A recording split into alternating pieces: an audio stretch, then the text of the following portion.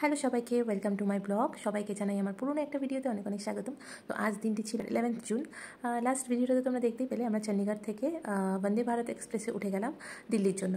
তো চণ্ডীগড় থেকে দিল্লি আমাদের পৌঁছাতে সময় লেগেছিল ওই 3 ঘন্টার কাছাকাছি।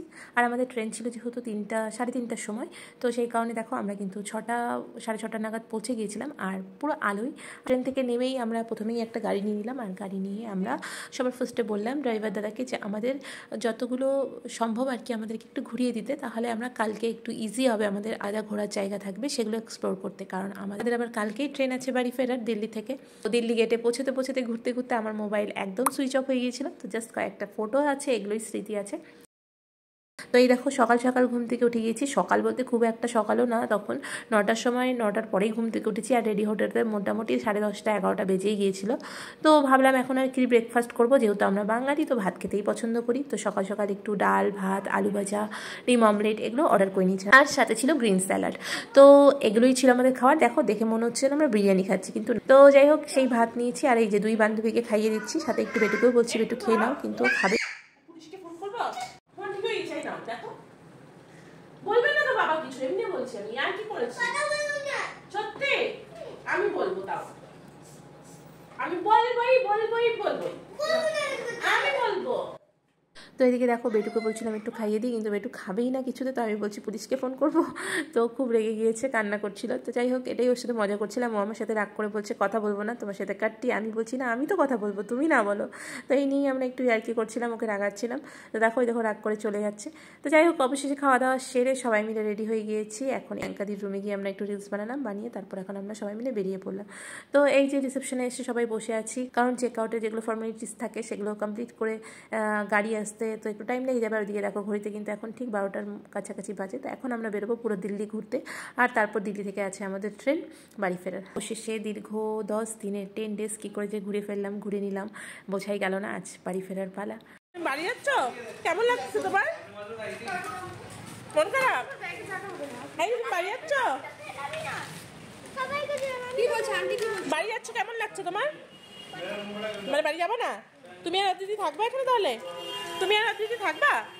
ওটা ঘুরে ঘুরে আসছে, বাড়ি যাওয়ার একটু ইচ্ছা নেই।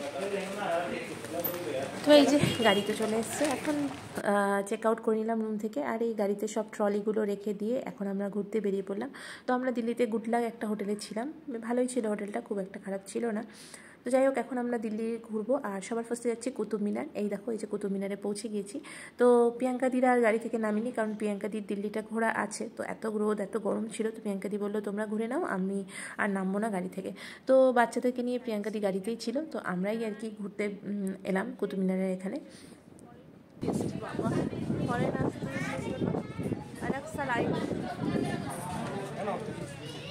এরকম টিকিট दिखाओ कॉइन जैसा है। अच्छा ये है कुतुब मीनार का टिकट। তোমার মনে হয় লাগবে না বাবা, ওই জন্য নাই তোমার।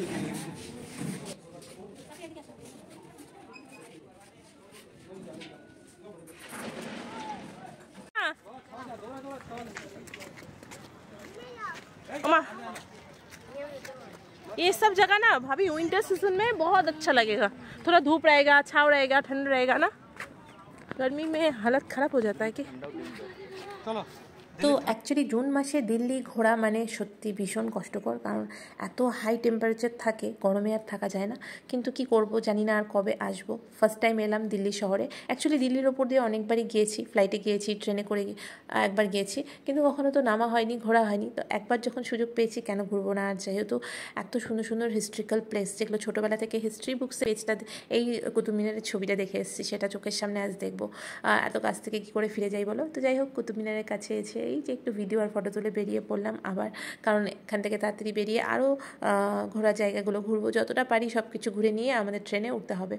তো এই যে চলে এলাম গাড়িতে দেখো প্রিয়াঙ্কাদি বাচ্চা দুটোকে নিয়ে বসেছিল। খারাপও লাগছিল খুব, কারণ একা একা বসেছিল, কিন্তু ঠিকই আছে, এত গরমে যেহেতু ঘোরাই আছে তো কেন আর নামবে। তো বাচ্চাগুলো ঘুরতে পারলো না, তবে সত্যি গরমের মধ্যে ওদেরও প্রবলেম হতো। তারপরে এই যে আমরা নেক্সট ঘোরার প্লেস ছিল আমাদের সরোজিনী মার্কেট। দিল্লিতে আসছে সরোজিনী মার্কেটে যাবো না তা কী করে হয়। সরোজিনী মার্কেট খুবই একটা ফেমাস মার্কেট, যেখানে চিপ অ্যান্ড বেস্টে অনেক কিছুই পাওয়া যায়, প্রায় সব কিছুই পাওয়া যায়। তো এই মার্কেটটাও প্রিয়াঙ্কাদির ঘোরাই ছিল, সব আমাদেরকে বলে নিয়ে আসছিল। তারপর আমি প্রিয়াঙ্কাদি ভাবি আমরা সবাই মিলে সরোজিনী মার্কেটে নেমে গেলাম। মনও আমাদের সাথে এসেছিলো, তবে এখন আর এখানে বাচ্চাগুলোকে নিয়ে আমরা আসিনি। এখানে দাদা বাচ্চাদেরকে নিয়ে গাড়িতে বসেছিল। সেখানে তিনটে মেয়ে ঘুরতে বেরোবে, আর সেখানে শপিং করার যদি একটা সুযোগ থাকে, তাও আবার চিপ অ্যান্ড বেস্ট কোয়ালিটি, তো কেন বা করবে না বলো। তো যাই হোক, নেমে পড়েছিলাম সরোজিনী মার্কেটে। দেখো আমরা আর এখান থেকে অনেক কিছু শপিং করেছি। আর যেহেতু হাতে কম সময় ছিল, সব থেকে বড় কথা দাদা 3টে বাচ্চাকে সামলাচ্ছিল, তো বাচ্চা 3টে তো একদম পাগল করে দিচ্ছিল। তো যত তাড়াতাড়ি সম্ভব আমরা শপিং কমপ্লিট করে আবার এই যে গাড়িতে চলে এসেছি। এখন আমরা দিল্লির রাষ্ট্রপতি ভবন থেকে শুরু করে যত পার্লামেন্টের যত এমপিদের যে ভবনগুলো আছে সেগুলো এক্সপ্লোর করব। তো চলে এলাম, দেখো এই যে রাষ্ট্রপতি ভবনের একদম সামনের থেকে ফ্রন্ট ঠিক না, সম্ভবত এটা ব্যাক সাইড। তো যাই হোক, রাষ্ট্রপতি ভবনে প্রবেশ করার কিন্তু অনেকগুলো গেট আছে, আমার ঠিক মনে পড়ছে না, তবে অলমোস্ট 34 গেট এরকম কিছু একটা ছিল হয়তো।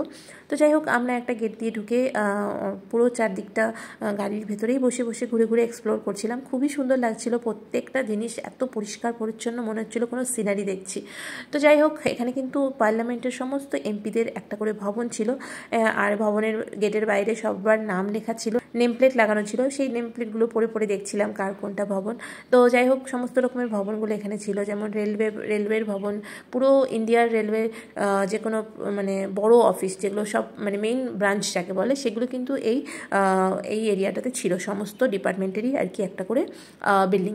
তো যাই হোক, তারপর পুরো রাষ্ট্রপতি ভবন সব কিছু ঘুরে নিয়ে সব ওই একটু একটু দাঁড়িয়েই ঘুরেছি, কারণ এত ধুধু করা রোদ ছিল, সেই রোদের মধ্যে বেশিক্ষণ দাঁড়ানো সম্ভব ছিল না। তো যাই হোক, সেগুলো ঘুরে তারপরে এই যে আমরা চলে এসেছিলাম রেড ফোর্টের কাছে, লাল কেল্লা যাকে বলে। এই লাল কেল্লার কিন্তু অনেক স্মৃতি, কারণ আমরা ছোটোবেলা থেকেই দূরদর্শনে যখন 26শে জানুয়ারি 15 আগস্টে যখন ফ্ল্যাগ হোস্টিং হতো, প্রধানমন্ত্রী স্পিচ দিত, এই লাল কেল্লার সামনে থেকেই কিন্তু হয়। তো সেগুলো সবসময় স্ক্রিনেই দেখেছি, টিভিতেই দেখেছি, আজ সেগুলো একদম চোখে আর কি নিজে দেখতে পেলাম একদম সামনাসামনি। তো খুবই ভালো লাগছিল। চল, কেন যাবি না?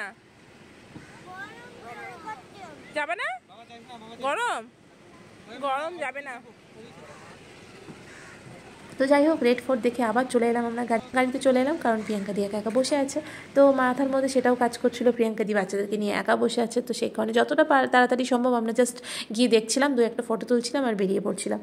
তো যাই হোক, তারপর আর অ্যাকচুয়ালি গাড়িটা অনেকটা দূরে পার্কিংও করা থাকতো, হেঁটে হেঁটেও যেতে হতো অনেকটা দূর। তো এরপরে চলে এলাম, দেখো আমরা রাজঘাট।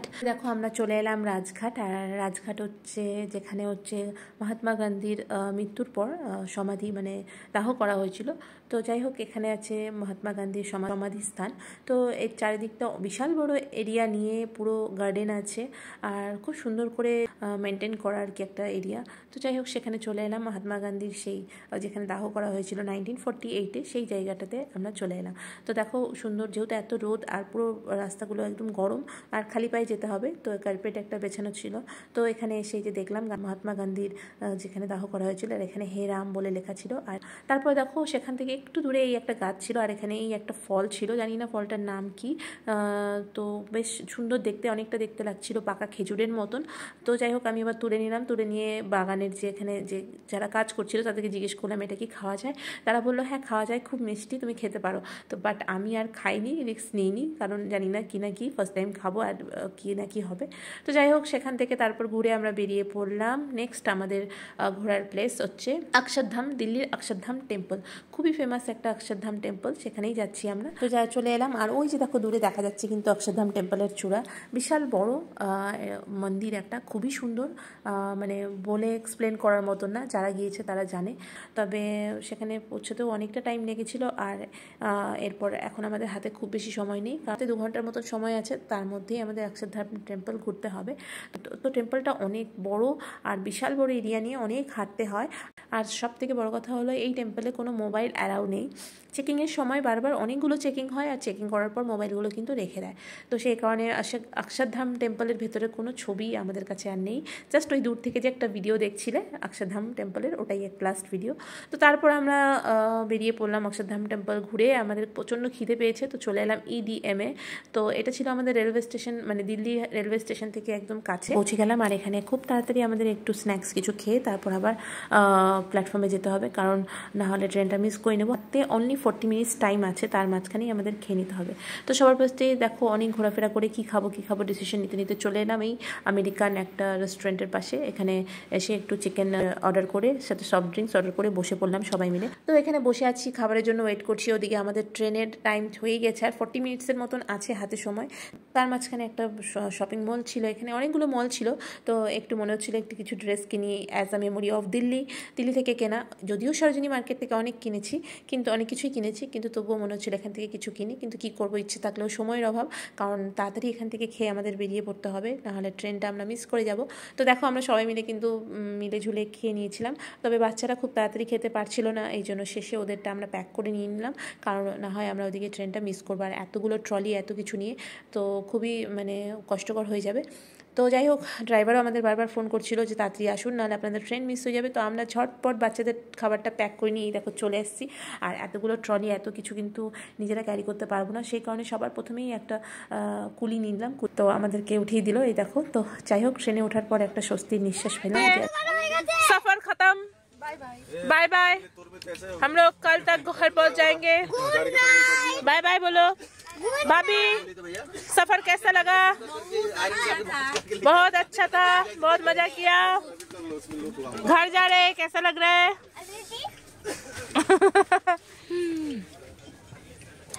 टाटा बाय बाय बोलो बेटू। Bye bye, good night. फिर मिलेंगे। তো যাই হোক, এই ছিল আমাদের হ্যাপি জার্নি। কেমন লাগলো আমাদের ভিডিওটা কমেন্ট করে জানিও। ভালো লাগলে একটা লাইক করে দিও, খুব ভালো লাগলে শেয়ার করে দিও, কোনো কিছু ভুল থাকলে ক্ষমা করে দিও। আর যে ইনফরমেশনটা আমার জানা নেই, যদি কোনো কিছু ভুল করে থাকি, ভুল বলে থাকি, অবশ্যই কমেন্টের মাধ্যমে সঠিক ইনফরমেশনটা দিয়ে আমাকে হেল্প করো। চলো tata bye bye, thank you for watching my video. খুব শীঘ্রই দেখা হবে নিউ একটা ভিডিওতে। টিল দেন সবাই খুব ভালো থেকো, সাবধানে থেকো। আর হ্যাঁ, ভিডিওটা ভালো লাগলে একটা লাইক করে পাশে থেকো। যারা নতুন আছো অবশ্যই আমার পেজটাকে ফলো করে পাশে থেকো। Thank you for watching.